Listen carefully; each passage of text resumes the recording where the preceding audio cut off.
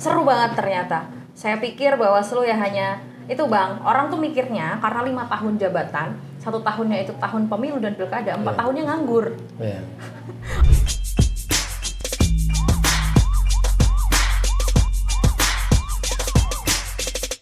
Kembali lagi di podcast Cawa Politik bersama saya Detrima Davik. Tapi hari ini saya nggak sendirian, saya bersama seorang narasumber yang luar biasa. Siang hari ini saya bersama Ketua Bawaslu Provinsi Lampung, betul ya Bang ya? Iya. Jangan khawatir, karena di obrolan kita yang mungkin agak santai sambil ngopi dan lain sebagainya, tapi sekelitik bakal dapetin ilmu-ilmu politik dan juga khususnya mungkin kita bahas Pilkada 2024 ya Bang ya. Oke, langsung aja kita mulai. Apa sih hari ini yang mau kita bahas?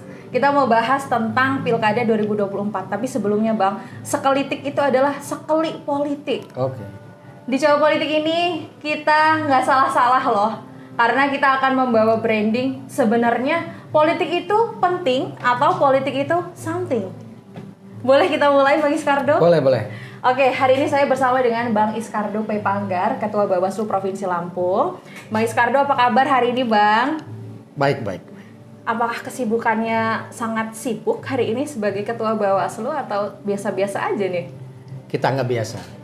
Oke, sekelitik hari ini saya dan Bang Iskardo ini ada di suatu tempat nih Bang. Ini namanya Muara Space and Nutri Hub. Jadi Muara Space and Nutri Hub ini tempatnya anak muda biasanya nongkrong, ngerjain tugas, buat konten dan lain sebagainya gitu Bang. Jadi harapannya ke depannya banyak lagi tempat-tempat kayak gini yang bisa kita gunakan untuk ngobrol santai sambil ngopi, sambil makan sama teman-teman penyelenggara politik di Provinsi Lampung. Americanonya keren. Oh, enak ya Bang ya?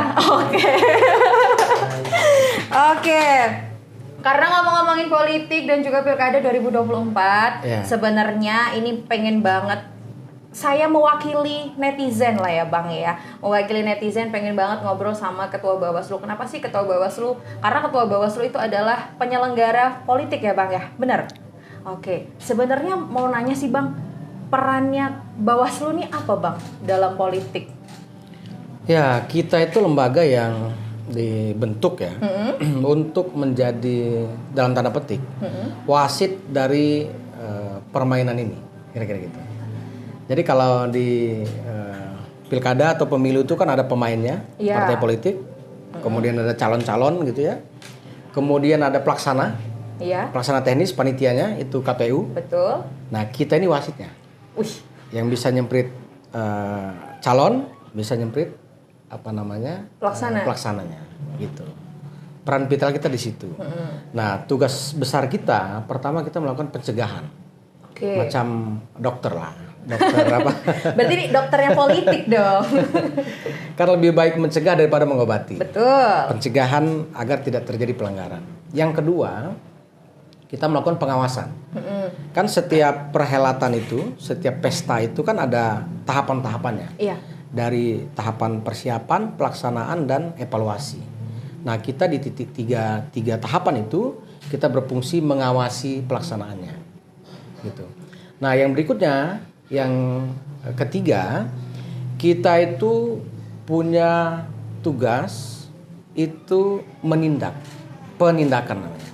Jadi kalau ada pelanggaran, baik si calon tadi, penyelenggara tadi, bahkan misalnya masyarakat banyak sebagai pemilih ada melanggar, maka penindakannya oleh Bawaslu.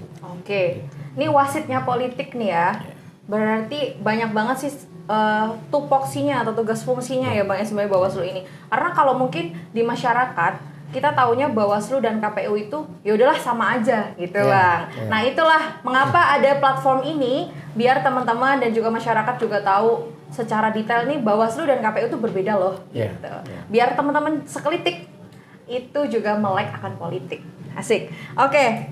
Terus kalau misalnya peran dan fungsinya seperti itu, sejauh ini kalau Abang, mohon maaf Bang, ini dari Ketua Bawaslu dari tahun berapa? Dari periode berapa Bang? 2022 ya. Oh ya, 2022. Sampai 2024. 27 sih. Oh 2027, oh sorry berarti 5 tahun ya. Oke, berarti di politik 2020 Bang Iskardo belum jadi Ketua Bawaslu gitu ya. Oke. Kalau gitu berarti back to pemilu 2024 ya Bang. Jadi sejauh Ya. ini apa aja sih yang pernah dilakuin oleh Bawaslu Provinsi Lampung? Ngapain aja gitu selama pemilu gitu Bang? Ya, pemilu itu kan sebetulnya kompetisi yang dilegalkan. Ya, jadi semua orang itu kalau nyalon biasanya itu pasti ingin menang semua kan. Iya. Nggak mungkin nyalon mau kalah, kira-kira gitu. Nah, oleh karena itu, misalnya dia kursinya ada 10, kemudian yang berebut itu 100, tentu dinamikanya banyak sekali. Orang berebut semua jadi, bahkan menghalalkan segala cara kan gitu. Oleh karena itu Bawaslu pertama tadi pencegahan kami lakukan. Kami menggandeng banyak pihak untuk berkolaborasi yang kami namakan pengawasan partisipatif. Termasuk dengan kampus, OKP, teman-teman media, ormas dan seterusnya. Tokoh-tokoh masyarakat gitu ya. Semangat kita itu untuk mencegah tadi. Iya. Jangan sampai terjadi pelanggaran dan seterusnya. Nah, yang kedua yang kita lakukan misalnya, bila pun pencegahan ini sudah kita lakukan secara maksimal, tetapi masih terjadi pelanggaran, maka tugas Bawaslu itu menindak. Nah, output dari penindakan kita itu bisa pidana misalnya. Kemarin itu paling tidak ada 8 kasus yang masuk ke pengadilan. Pemilu 2024 ya? 2024 itu ada yang hukumannya 8 bulan, percobaan 6 bulan dan seterusnya. Kemudian pelanggaran netralitas ASN, TNI, Polri, kepala desa juga begitu. Kemudian juga yang kita lakukan selain penindakan dan seterusnya itu adalah mengawasi prosesnya. Misalnya begini, tahapan sekarang misalnya ya, ini kan belum ada calon. Kalau untuk pilkada ya? Ibarat pesta itu, ini ada pesta, tetapi pengantinnya belum ada. Oke. Terus yang mau ditindak siapa kan gitu. Betul. Nah, oleh karena itu proses edukasi kita yang kita lakukan. Contoh misalnya kami mengirimkan surat himbauan kepada seluruh kepala daerah petahana yang ingin nyalon kembali untuk tidak, pertama misalnya menggunakan fasilitas negara. Oke. Kemudian yang kedua tidak melibatkan aparaturnya. Oke. Baik kepala desa, RT, RW, kemudian sampai ke bawah lah ya, kepala sampai dinas dan bawah ya. seterusnya. Gitu. Oke. Aku cukup amazed gitu. Ternyata sepanjang itu sebenarnya tugasnya Bawaslu. Nah, tapi jadi pertanyaan saya dan mungkin dari sekelitik juga, kan masa jabatannya Bawaslu dan juga teman-teman penyelenggara itu 5 tahun ya Bang, dari 2022 nanti 2027. Nah, kalau nggak tahun pilkada nih Bang, terus Bawaslu ngapain Bang? Jadi gini, development kita kalau kita lihat dari lagu Indonesia Raya itu ya. Oke. Bangunlah jiwanya, bangunlah badannya, ya kan? Bangunlah raganya. Oh, bangunlah raganya. Ya kan? Jadi kita membangun raga kita itu macam buat sekolah, jembatan dan seterusnya. Kemudian jiwanya harus dibangun. Selain religiusitas juga kita harus membangun demokrasi kita. Oleh karena itu peran dari Bawaslu, KPU misalnya ketika tidak ada tahapan pilkada, tahapan pemilu adalah memberikan edukasi kepada masyarakat. Oleh karena itu kami juga misalnya ada program Gusto Kampus, Gusto School dan seterusnya. Sudah ada ya, sudah berjalan ya? Sudah berjalan. Oke, mungkin nanti kita ulik lebih dalam ya. Tapi saya tertarik dengan tadi yang dibahas sama Bang Iskardo bahwasannya kita sudah menindak beberapa kasus di pemilu 2024. Nah, sebenarnya apa aja sih kecurangan selama pemilu 2024 dan itu bakal kejadian nggak Bang kira-kira di pilkada ke depan? Secara garis besar ya, sebagaimana Pak Presiden SBY di tahun 2010 itu menyatakan di dalam forum elektoral demokratik di Nusa Dua Bali ya. Jadi enemy demokrasi kita itu paling tidak ada 3. Pertama itu politik uang. Kemudian intimidasi. Intimidasi ini tadi atasan mengintimidasi bawahannya untuk memilih atau tidak memilih seseorang. Kemudian yang ketiga yang tidak kalah penting adalah ujaran kebencian, hoax, sara, dan seterusnya. Biasanya kalau yang poin ketiga itu via media sosial ya Bang sekarang ya. Betul. Oke. Jadi rata-rata kecurangannya di 3 poin itu ya Bang? Ya, enemy kita di situ, musuh kita di situ. Terus waktu terjadi itu Bang, ini menarik sih menurut saya karena kan pernah ada case-nya ya di pemilu 2024. Langkah yang dilakukan Bawaslu apa Bang penanganannya? untuk kasus-kasus itu? Kalau pidana misalnya, kita lakukan orang lapor atau kita temukan, kita tindak lanjuti, ya kan, kita panggil pihak-pihak, kita klarifikasi, kita pull bucket kalau bahasanya itu. Kemudian kalau untuk konteks pidana kita tergabung dalam sentra Gakumdu. Apa itu, Bang? Sentra Gakumdu itu sentra penegakan hukum terpadu. Itu ada polisi, ada kejaksaan dan Bawaslu. Ada 3 lembaga ini, gitu. Ada penyidik, ada penyelidik kan gitu. Iya, betul. Baru kalau dia sudah lengkap semua, baru kita masukkan itu di tahap pengadilan. Kemudian kalau ASN, netralitas ASN misalnya. Iya, Nah, kita juga sampaikan tuh, kita tindak lanjuti, kemudian prosedur protap yang memang sudah rigid di kita. Nah, kemudian kita rekomendasikan kepada Komisi Aparatur Sipil Negara yang memberikan nanti apa nih punishment-nya.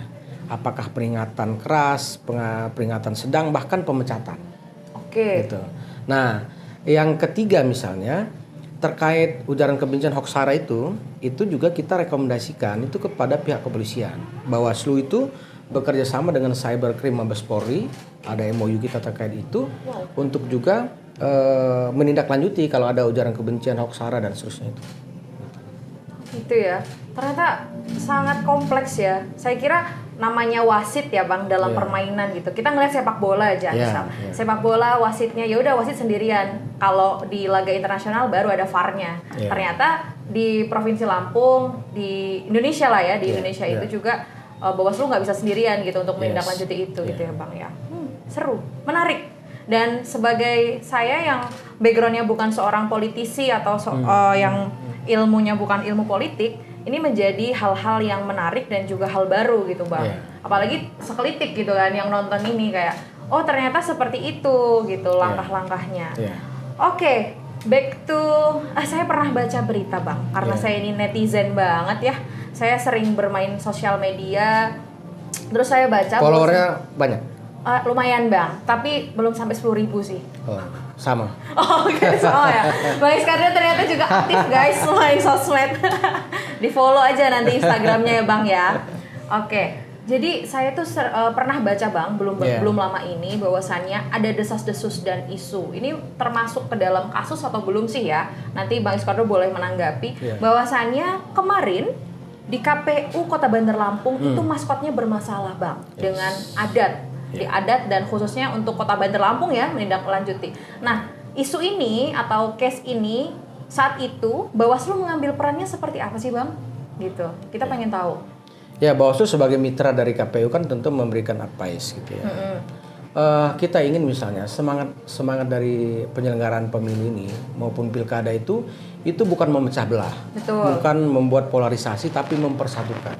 Oleh karena itu kami juga mengapresiasi langkah dari KPU Kota Bandar Lampung yang menyetop ya maskot itu karena menimbulkan kontroversi di masyarakat.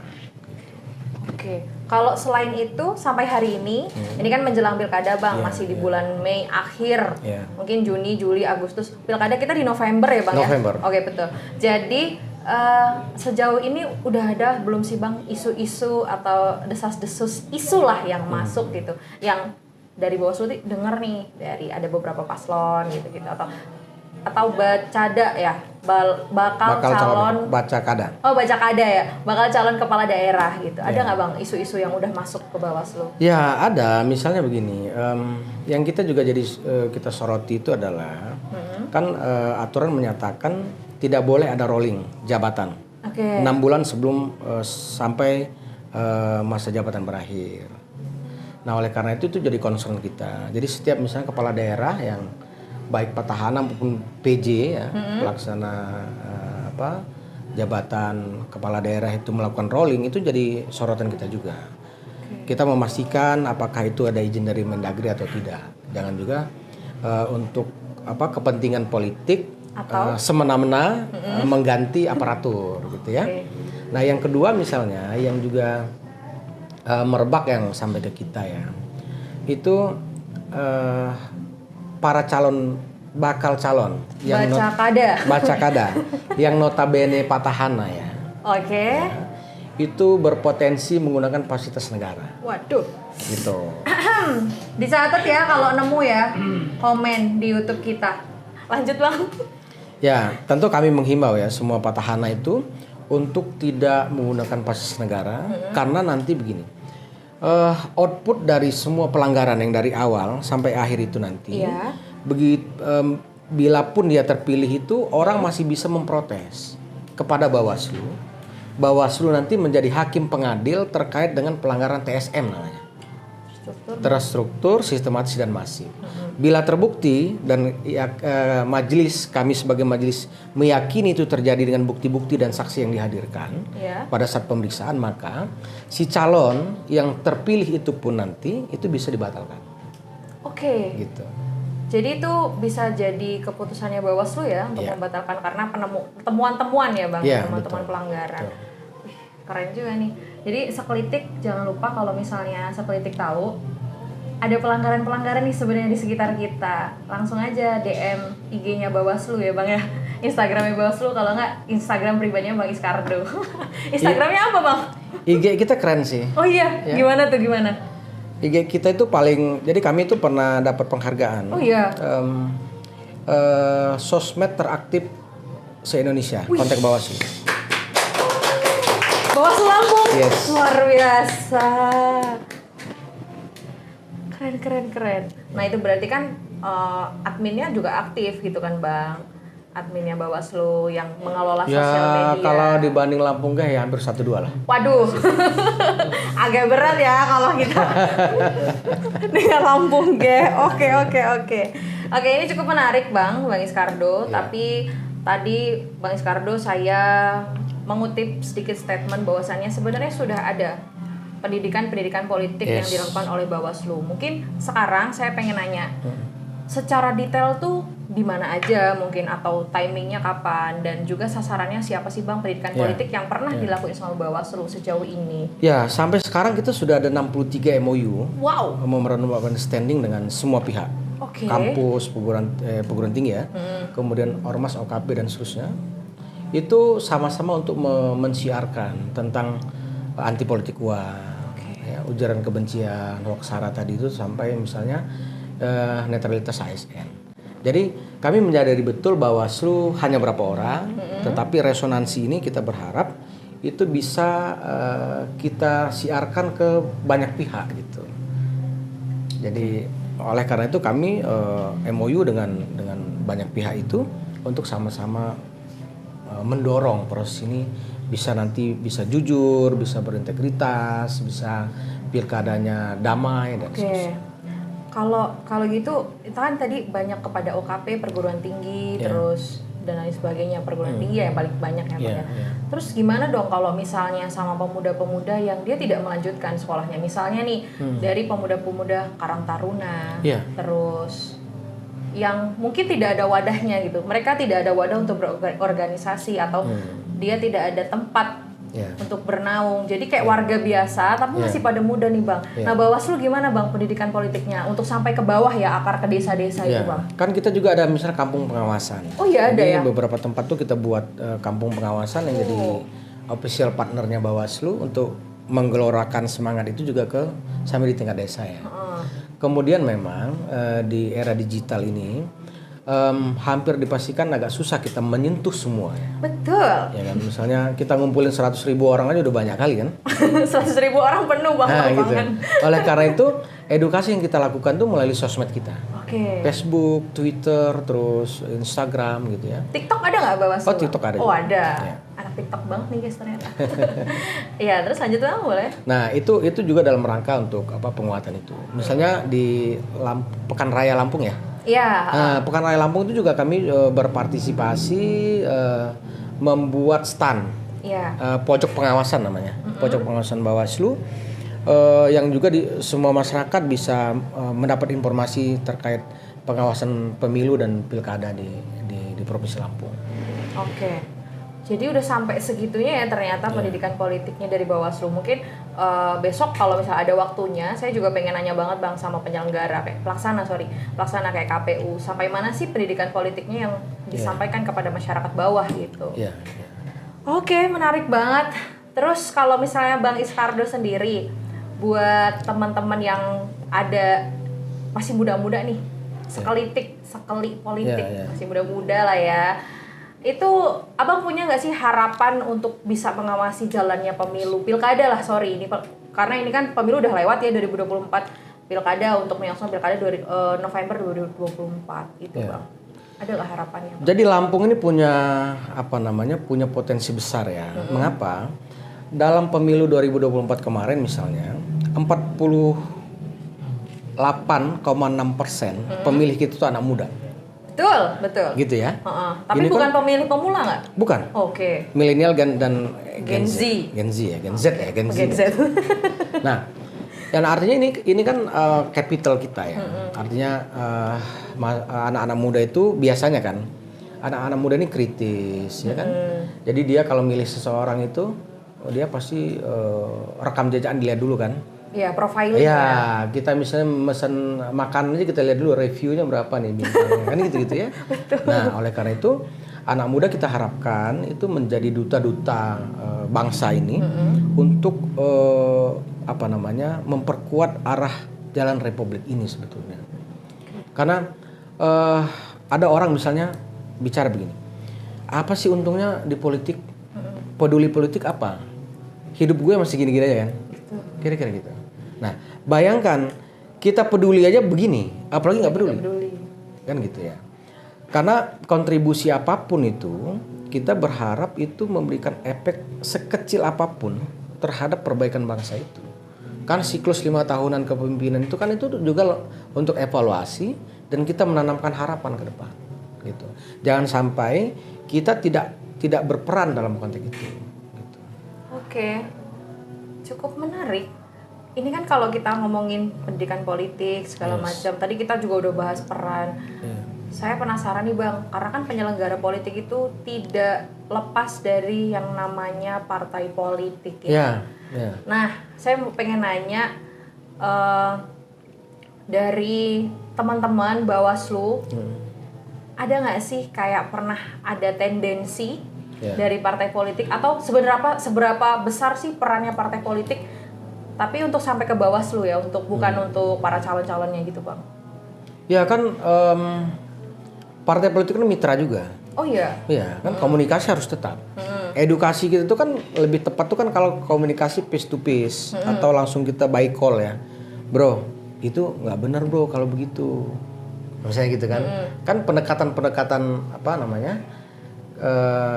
personal kan lebih mengena ya daripada dengan power kelembagaan misalnya. Itu yang kita lakukan sih. Saya pikir kalau misalnya ada sih tendensi mungkin ya, karena di luar sana namanya kita nggak tahu ya, berstatement, paling juga partai politik dalam tanda kutip memberikan tendensi kepada Bawaslu dalam hal ya mungkin tolonglah dimenangin kader saya gitu bang. Nah itu maksud saya yang pengen saya tanyain, apakah sudah pernah terjadi di Bawaslu atau memang belum pernah? Ya kan gini, orang mau nyalon tuh pasti mau menang. Betul. Kan gitu. Tetapi kan ini ada rule, ada rel yang harus kita lewati bareng-bareng. Ini boleh, ini nggak boleh. Nah konsistensi penyelenggara itu diuji di situ. Kita ikut rel atau enggak? Kira-kira gitu. Oke. Nah kalau misalnya pemerintah sejauh ini, kalau misalnya Bawaslu kan udah tahu nih kita track recordnya sudah melaksanakan pendidikan politik, melakukan pencegahan, pengawasan, sampai penindakan ya. Kalau sejauh ini, menurut Bang Iskardo sendiri, pemerintah ini perannya sejauh apa sih Bang untuk berkolaborasi dengan Bawaslu, mengawasi jalannya pemilu dan juga pilkada? Ya tentu pemilu Lampung, terutama pemilu kemarin ya, tidak akan sesukses ini kalau tidak ada kolaborasi dengan pemerintah daerah, kemudian dengan pihak kepolisian, kejaksaan dan seterusnya. Gitu ya. Termasuk misalnya edukasi itu kita lakukan bareng-bareng dengan Kesbangpol.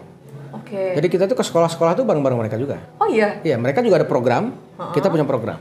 Gitu. Jadi ternyata sudah berkolaborasi dengan Kesbangpol kalau di tatanan pemerintahan ya Bang ya? Oke, sangat menarik. Seru banget ternyata. Saya pikir Bawaslu ya hanya itu Bang, orang tuh mikirnya karena 5 tahun jabatan, 1 tahunnya itu tahun pemilu dan pilkada, 4 tahunnya nganggur. Orang tuh di luar sana banyak berpikir seperti itu, Bang. Ngapain sih Bawaslu? Kalau ngapain sih KPU gitu. Mungkin besok saya bakal nanya lebih lanjut tuh sama KPU. Kalau Bawaslu kan tahu ya, menyelenggarakan pendidikan dan sebagainya, pendidikan politik di tatanan masyarakat. Ngomong-ngomong, Bang, nih Instagramnya Bawaslu itu kan aktif banget dan kemarin dapat penghargaan sosial media teraktif gitu kan se-Indonesia. Isinya apa, Bang? Isinya Instagram Bawaslu ini apa aja, Bang? Ya, yang pertama tentu kegiatan ya. Tapi di kegiatan itu juga kita apa? Tujuannya apa, semangatnya apa, pesannya apa. Oke. Kemudian juga kita membuat konten-konten sih. Oh iya. Gitu. Konten kreator kita oke juga sih. Oh iya. Boleh dong collab sama Lampung Geh ya. Bukannya sudah collab.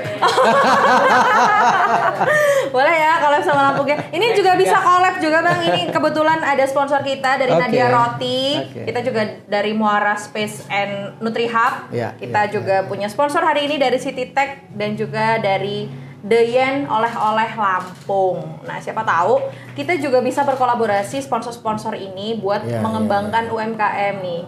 Siapa tahu loh kontennya Bawaslu ya kan, tiba-tiba sama Nadia Roti gitu kan. Ya lagi buat apa kayak kontennya, Bang, gitu. Yang orang tidak terfikirkan gitu, tidak terfikirkan ternyata kontennya masuk loh ke Bawaslu. Renyah banget gitu. Oke, mungkin isi-isinya Instagram Bawaslu nanti boleh teman-teman cek ya IG-nya Bawaslu. Bawaslu Lampung. Bawaslu Lampung ya, Bawaslu Lampung dicek. Kalau memang teman-teman nggak percaya, kalau misalnya Instagramnya itu aktif TikTok, terus nanti di situ juga ada ya sosmed-sosmed yang lain ya. Oke, ada. Nanti langsung dicek aja. Mulainya dari Instagram aja dulu ya kan.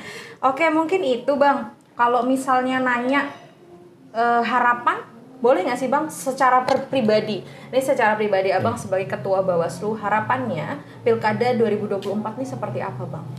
Ya, Pilkada ini kan adalah media kita untuk memupuk harapan ke depan. Jangan sampai misalnya kita tidak terlibat langsung menjadi penentu itu. Jadi dari 545 daerah yang menyelenggarakan Pilkada di Indonesia, kita tentu ingin Lampung tidak menjadi Pilkada terburuk atau sedang, tetapi kita ingin menjadi pilkada terbaik di Indonesia. Berarti kan nggak bisa sendirian ya, Bang ya, yang jelas bersama teman-teman pelaksana, penyelenggara dan sebagainya. Kolaborasinya harus aktif bersama masyarakat juga, karena kan Bawaslu kalau di tatanan kecamatan itu ada namanya Panwascam ya, Bang. Panwascam. Ya? Di bawah itu ada lagi di desa ada, sampai di tingkat TPS. Iya. Jadi kita itu tingkat tempat pemungutan suara, PTPS namanya. Ya. Jadi kita tuh sekitar 32.000 orang yang terlibat di lembaga kita. Dari provinsi sampai di tingkat TPS. Oke. Sebenarnya banyak juga ya. Kalau di KPI itu kan ada, oh iya banyak juga sih PPK, PPS dan sebagainya. Kalau di Bawaslu ada Panwas ya. Oke. Karena namanya panitia pengawas, teman-teman. Oke. Ngomong-ngomong, Bang, ini ada segmen. Ini namanya segmen Q&A dari Sekelitik. Sekelitik itu sekelik politik, Bang. Ini yang udah nanya-nanya ke Instagram story kita. Ini pertanyaannya tadi kita sudah lemparkan di sosial medianya Cawa Politik dan juga Lampung Geh. Dan ini ada beberapa pertanyaan, nanti Abang boleh jawab. Ini yang pertama, pertanyaannya dari netizen, dari Sekelitik adalah, hasil pengawasan Bawaslu, apakah dalam kecurangan pemilu yang terjadi banyak anak muda ikut terlibat money politik? Ini menurut hasil pengawasan Bawaslu, apakah dalam kecurangan pemilu banyak anak muda yang ikut terlibat dalam money politik, Bang? Ya, kalau kami meyakini anak muda kritis ya. Jadi dari yang kita tangani itu rata-rata di atas 25 tahun sih. Oke. Ya. Tapi ikut serta dalam money politik nggak menurut? Bisa jadi begitu. Tergantung kekuatan imannya apa kan. Oke. Yang kedua, kalau musim pemilu, bendera parpol di pohon, di flyover itu ganggu banget. Bawaslu bisa nggak sih hukum partai politik yang pasang bendera? Ya, kita penghukumannya itu dengan mencopot. Oh iya. Dengan Pol PP dan pihak kepolisian.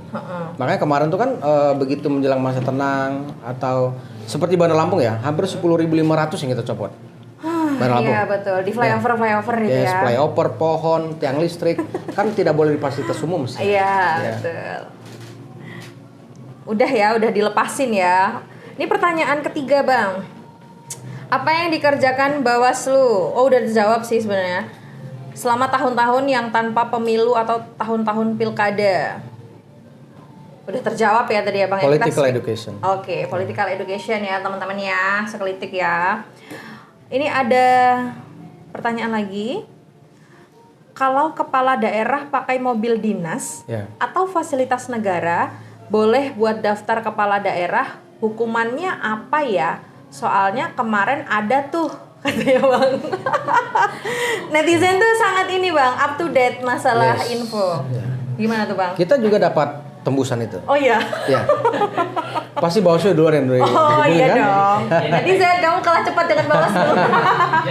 Nah, kami hari ini itu langsung memberikan surat himbauan kepada semua petahana. Oke. Oh, petahanan. Yes. Oh, bener gak sih sekelitik? Oke, lanjut Bang. Oke, jadi udah masuk ya surat itunya Bang ya. Ini ada satu pertanyaan, masih banyak nih Bang. Pertanyaan selanjutnya. Astagfirullah. Ini saya banyak bacakan aja lah ya Bang ya. Salam dari Waikanan Yai. Jalan Waikanan jelek Yai. Iya. Gimana ini Bang? Memang. Ini Bawaslu teman-teman. Tapi Bang Iskardo secara personal gimana menanggapinya ini pertanyaan? Iya, itu kan dunia terbuka sekarang kan. Iya. Suka nggak suka orang tuh terlampiaskan melalui sosmed dan seterusnya. Betul. Kita harus apresiasi itu. Gitu. Keberanian ya mengutarakan. Oleh karena itu pemilu atau pilkada itu form evaluasi. Gitu. Oke. Ini ada dua pertanyaan lagi Bang. Iya. Gimana sih cara lapor kecurangan calon-calon kepala daerah ke Bawaslu? Ya bisa lapor langsung atau dia itu DM saja tuh Instagram kita di semua tingkatan. Oke. Kabupaten ada, Panwasam kami ada juga, sosmednya atau ke Bawaslu Lampung.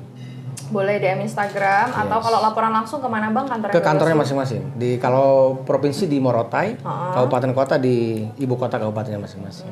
Begitu ya teman-teman ya, sekelitik ya. Yang terakhir, ada pertanyaan ini, totalnya 7 pertanyaan nih Bang. Tadi pas saya baca 4, ternyata 7. Kalau money politik pas belum pendaftaran bupati, sebenarnya bisa dihukum nggak sih? Pas pendaftaran bupati? Sebelum pendaftaran bupati, bisa dihukum nggak Bang? Bisa. Oh bisa? Tergantung siapa. Iya. Oh iya? Jadi kepala desa, aparatur sipil negara, boleh. Jadi bisa dihukum ya Bang ya? Bisa. Oke. Gitu. Ternyata begitu teman-teman. Ini di segmen Q&A bersama sekelitik sudah terjawab 7 pertanyaannya. Kalau kurang puas nanti boleh DM Instagramnya Bang Iskardo. Apa Bang? Instagramnya namanya? Bawaslu Lampung. Oh Bawaslu Lampung aja, bukan di Instagram personalnya Bang Iskardo. Jadi teman-teman boleh kalau misalnya kurang puas dari pertanyaan tadi jawabannya, kalau masih pengen menanggapi jadinya kan diskusi 2 arah, boleh langsung aja DM di Instagramnya Bawaslu Lampung. Oke ya. Oke, ini mungkin segmen terakhir kita Bang di podcast hari ini. Tapi di terakhir ini kita ada namanya This or That. Jadi This or That ini Abang saya berikan 2 pertanyaan. Ini atau itu, tapi tidak boleh menjawab atau dalam waktu 5 detik. Kenapa 5 detik? Karena masa jabatan Bawaslu itu 5 tahun teman-teman. Jadi kita persingkat menjadi 5 detik gitu. Jadi Bang Iskardo nanti akan saya tanyain This or That-nya. Udah siap belum Bang? Siap. Kalau deg-degan kita minum dulu Bang. Minum dulu americanonya dari Muara Space dan NutriHub. Minum dulu Bang, ini boleh. Ini americano yang paling oke nih. Kopinya enak. Lemonade. Kalau udah siap, nanti kita coba lempar pertanyaan kepada Bang Iskardo. Oke, aduh. Udah siap belum Bang? Ini This or That ya Bang, harus jawab cepet ya Bang ya. Jangan sampai nggak jawab ya Bang ya, saya hitung loh nanti. Oke. 1, ini pertanyaan pertama. Waikanan atau Bandar Lampung? Waikanan. Catet ya. Yang kedua, Arinal Junaidi atau Husnunia Halim? Husnunia Halim. Pertanyaan ketiga, susah mana menangani money politik atau surat suara tercoblos? Money politik. Ya. Kopi susu atau kopi hitam? Kopi hitam. Oke. Dan disorder terakhir, Ketua Bawaslu 2 periode atau Bupati Waikanan? 1, 2, 3, 4, 5. Bupati Waikanan. Oke Bang, di segmen Disordered ini sebenarnya Bang Iskardo boleh memberikan klarifikasi kenapa sih jawabannya itu gitu. Kalau misalnya dirasa perlu nggak ada yang mau diklarifikasi? Ya, Waikanan itu gini, apapun yang disebutkan Waikanan itu pasti Waikanan aja. Gitu. Oh gitu. Ya. Berarti cintanya memang di Waikanan teman-teman. Tanah kelahiran aja sih. Oke, kelahirannya di Ya. Waikanan ya Bang ya. Aduh seru banget, nggak kerasa udah mau 1 jam loh ngobrol-ngobrol kayak gini. Seru banget di segmen terakhir ini mungkin saya akan mengucapkan terima kasih kepada Bang Iskardo. Saya juga makasih sama Bawaslu Lampung. Nah sebelum saya tutup mungkin closing statement Bang untuk Pilkada, karena kita fokus untuk Pilkada 2024. Ya. Pilkada Lampung ini merupakan wahana kita untuk memberikan kontribusi terbaik buat daerah. Ya. Oleh karena itu kita mengajak semua masyarakat, semua rakyat kita itu berpartisipasi dalam menyukseskan Pilkada Lampung 2024. Pilkada jujur, rakyat makmur. Pilkada jujur, rakyat makmur. Oke, terima kasih banyak Bang Iskardo sudah meluangkan waktu kepada teman-teman sekelitik Cawa Politik di sini, udah mau podcastan sama kami, udah mau seru-seruan. Saya juga mau ngucapin terima kasih nih sponsor hari ini. Terima kasih banget buat Muara Space and Nutri Hub. Makasih juga kepada Nadia Roti. Makasih juga kepada Cititex dan makasih kepada Deyen oleh-oleh Lampung. Ya, Cawa Politik maju terus. Aku follower.